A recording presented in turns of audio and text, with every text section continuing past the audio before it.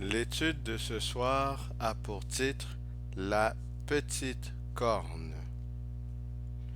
Lors de la dernière étude, nous avions regardé les 4 grands animaux sauvages qui représentaient 4 empires mondiaux qui firent surface sur le monde à succession. Tout d'abord, il y avait le lion qui représentait l'empire babylonien. Ensuite, il y avait l'ours qui symbolisait l'empire médo-persan. Après, il y avait le léopard qui représente l'empire grec. Et finalement, il y avait un animal indescriptible qui symbolisait l'empire romain. Alors voici en image ce que nous avions vu.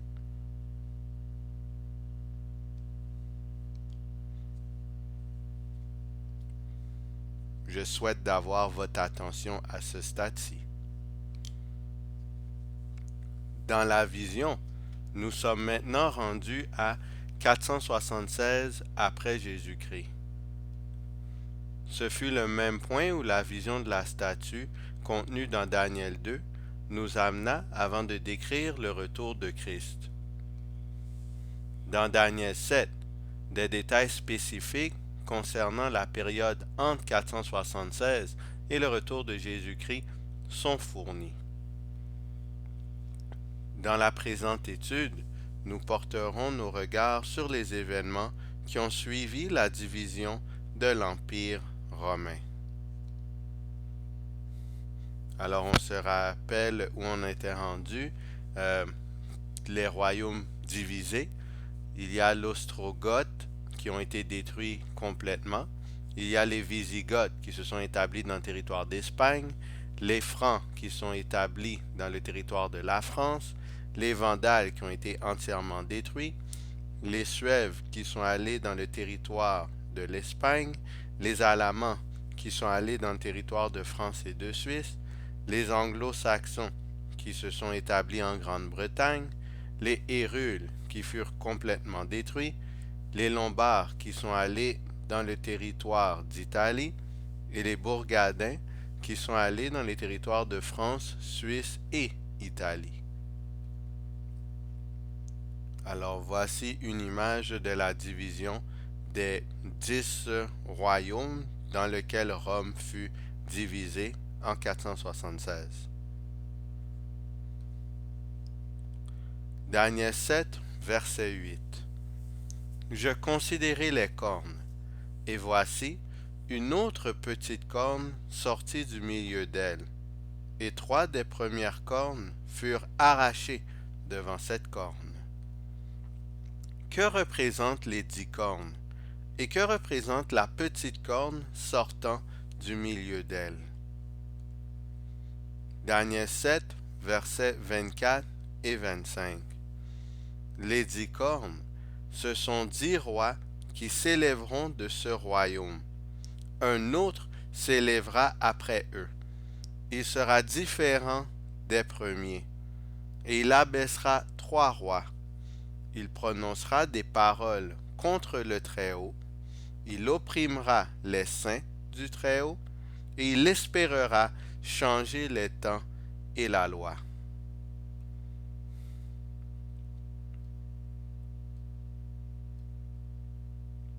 Nous venons de voir que le terme corne dans le livre de Daniel est employé pour représenter des rois. Aussi, le mot corne provient du terme hébreu keren qui signifie puissance ou force. Or, ce royaume aurait eu une faible puissance au départ, mais aurait par la suite augmenté en force. Après la division du royaume de Rome en 476, un autre royaume a pris naissance. Ce royaume a détruit 3 autres royaumes.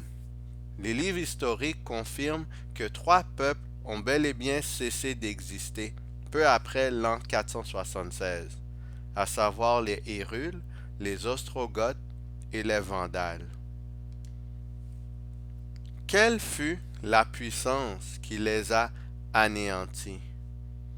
Quelle fut la puissance qui prononce des paroles contre le Très-Haut et a voulu changer sa loi? Quelle fut la puissance qui opprima les saints?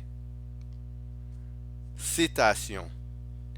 Les Hérules étaient un peuple germanique de l'époque des invasions. Ils paraissent au IIIe siècle et disparaissent au VIe. Le royaume danubien fut détruit par les Lombards, qui avaient été leurs vassaux. Les uns furent incorporés à la nation victorieuse, les autres furent cantonnés dans l'empire en Pannonie. Justinien finit par les convertir au christianisme. Les Hérules, un des 10 royaumes barbares, sont vaincus par Justinien et adoptent comme religion le christianisme. Prochaine citation. Attachés à l'arianisme, les Vandales ont avec l'Église catholique de très mauvais rapports. Lorsque Hildéric, favorable au catholicisme, est détrôné par Gélimère, Justinien y trouve le prétexte d'une intervention. Le Byzantin Bélisaire débarque en 533, bat les Vandales et détruit leur État.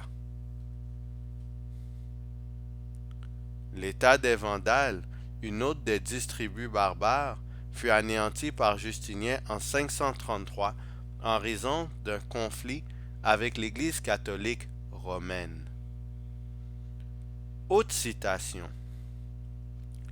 Converti à l'arianisme par l'évêque Ulfilas, porteur d'influence unique et défenseur de la romanité auprès des autres peuples barbares, les Ostrogoths ont joué un rôle important dans la formation de l'Occident chrétien. L'État romano-gothique s'effondre lors de la reconquête initiée par l'empereur Justinien de Constantinople et menée à partir de 535 par son général Bélisaire. Malgré la résistance de Vitigès puis de Totila, les Ostrogoths se soumettent définitivement en 555 puis disparaissent en tant que peuple. Une troisième tribu barbare pratiquant l'arianisme est vaincue par l'empereur Justinien et cesse d'exister. Ainsi, le dénominateur commun de toutes ces 3 anciennes tribus sont le fait qu'elles avaient comme religion l'arianisme. Ceci les mettait en conflit direct avec l'Église catholique romaine. Et elles ont été vaincues par Justinien, un empereur catholique. En ce sens, le royaume de l'Église catholique romaine a bel et bien fait chuter 3 autres royaumes qui font partie des 10 cornes de l'animal décrit dans Daniel 7. Voici des traductions de citations d'une encyclopédie écrite par un membre du clergé catholique du XVIIIe siècle. Le pape est d'une dignité tellement grande et tellement exalté qu'il n'est pas un simple homme, mais comme s'il était Dieu et le vicaire de Dieu. Le pape est couronné de la triple couronne, comme roi des cieux, de la terre et des régions moindres. Le pape est comme si Dieu était sur terre, unique souverain des fidèles du Christ, roi des rois, ayant la plénitude de pouvoir, à qui a été donnée par le Dieu omnipotent la domination non seulement sur le royaume terrestre, mais aussi sur le royaume céleste. L'autorité du pape est tellement grande qu'il peut modifier, expliquer ou interpréter même les lois divines. Le pape peut modifier la loi divine, puisque son pouvoir vient non des hommes, mais de Dieu. Et il agit comme vice-gérant de Dieu sur terre, avec amplement de pouvoir de libérer et maintenir ses brebis. L'Église catholique romaine prononce des paroles contre le Très-Haut, car elle se réclame l'autorité qui ne revient qu'à Dieu lui-même. L'Église apostate admet ouvertement être responsable pour l'introduction de l'adoration du dimanche, réclamant qu'elle a le droit de faire de tels changements. Un catéchisme romain autoritaire pour les prêtres dit: mais l'Église de Dieu, en réalité l'Église apostate, a dans sa sagesse ordonné que la célébration du jour du sabbat devrait être transférée au jour du Seigneur. Ainsi, la papauté transgresse le sabbat de l'Éternel. C'est la papauté qui est représentée par la petite corne.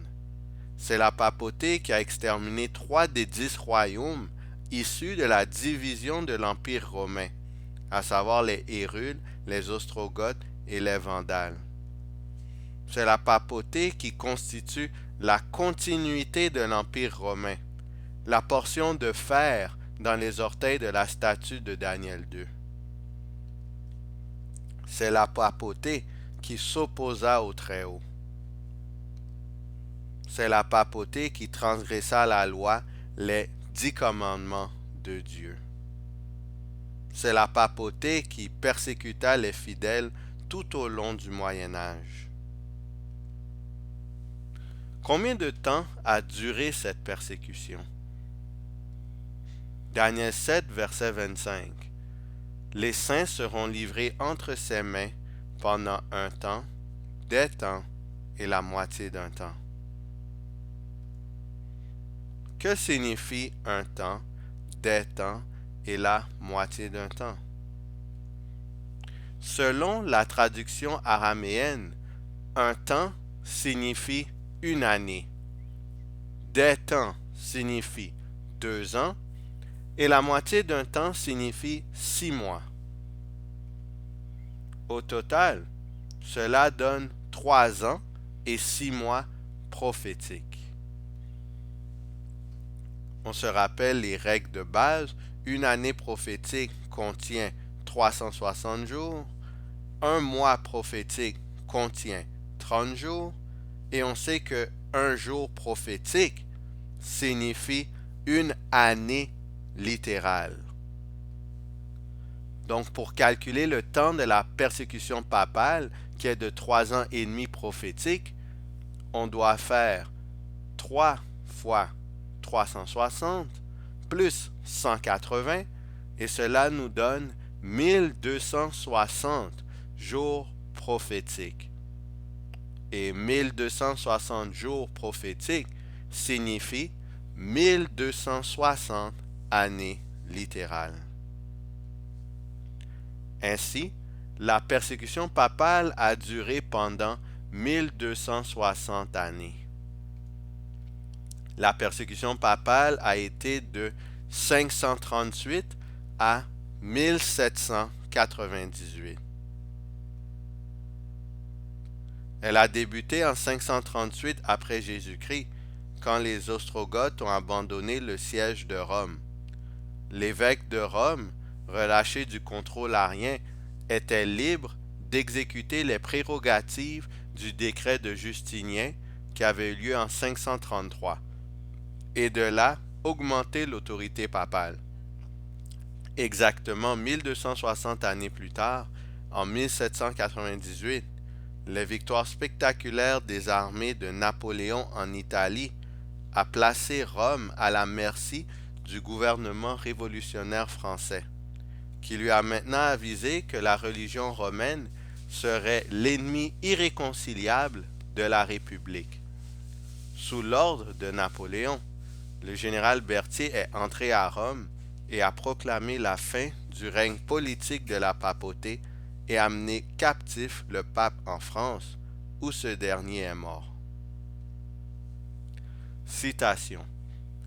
Le siège de Rome de 537 à 538 est un siège ayant duré 1 an et 9 jours, du 2 mars 537 au 12 mars 538, durant la guerre des Goths de 535 à 553. Le siège est le lieu de confrontation entre les forces de l'Empire byzantin, défendant la ville et dirigées par Bélisaire, et les Ostrogoths, dirigés par Vitigès. Il eut un impact décisif sur le cours de la guerre et vit la victoire des Byzantins qui parviennent à repousser les Ostrogoths. Autre citation. De nos jours, il n'existe aucun moyen pour déterminer l'exactitude du nombre 9 millions mis à mort, parce que de nos jours, les registres ne sont tout simplement pas disponibles. Naturellement, le nombre est fortement contesté avec des estimations allant de 10 000 à 75 millions. Ceux qui sont catholiques défendent les estimations plus basses. Ceux qui haïssent la religion soutiennent les estimations plus élevées.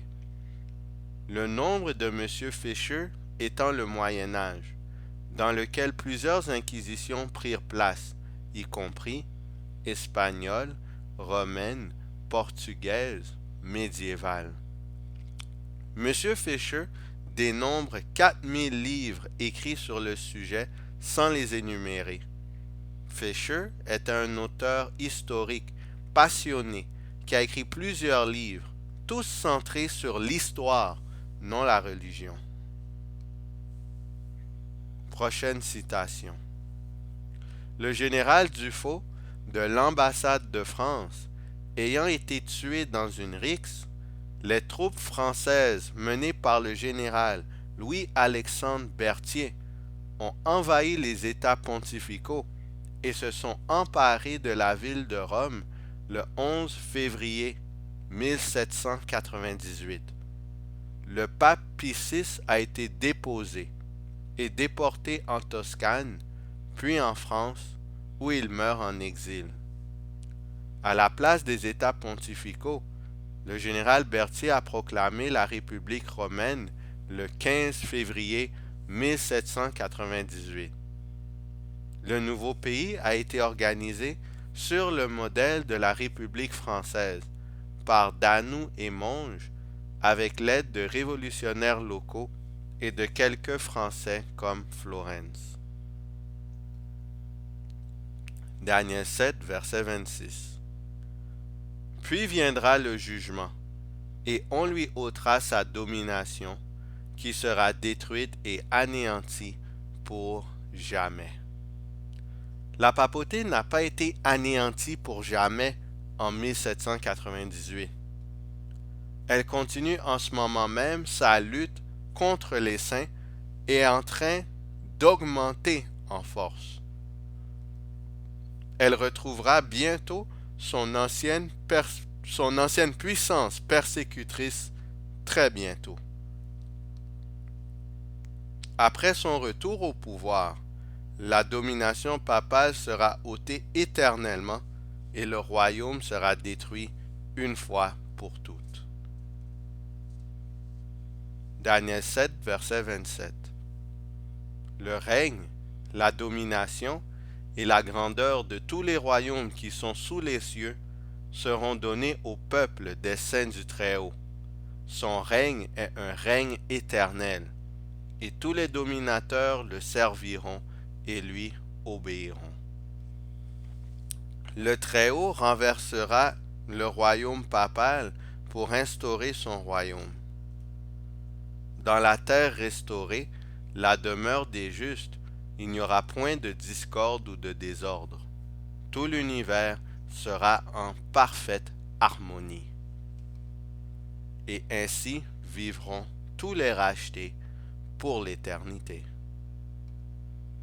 D'ici là, qui allons-nous choisir? Le royaume du Très-Haut ou le royaume papal? Prenons la décision de suivre l'agneau de Dieu qui ôte les péchés du monde. Il a déjà remporté la victoire à la croix et il annonce les choses à venir afin que nous soyons prêts et que, tandis que ces choses arrivent, notre foi augmente en lui et que nous sachions que notre délivrance est proche. Choisissons-le et ayons accès à la vie éternelle. Que le Seigneur vous garde.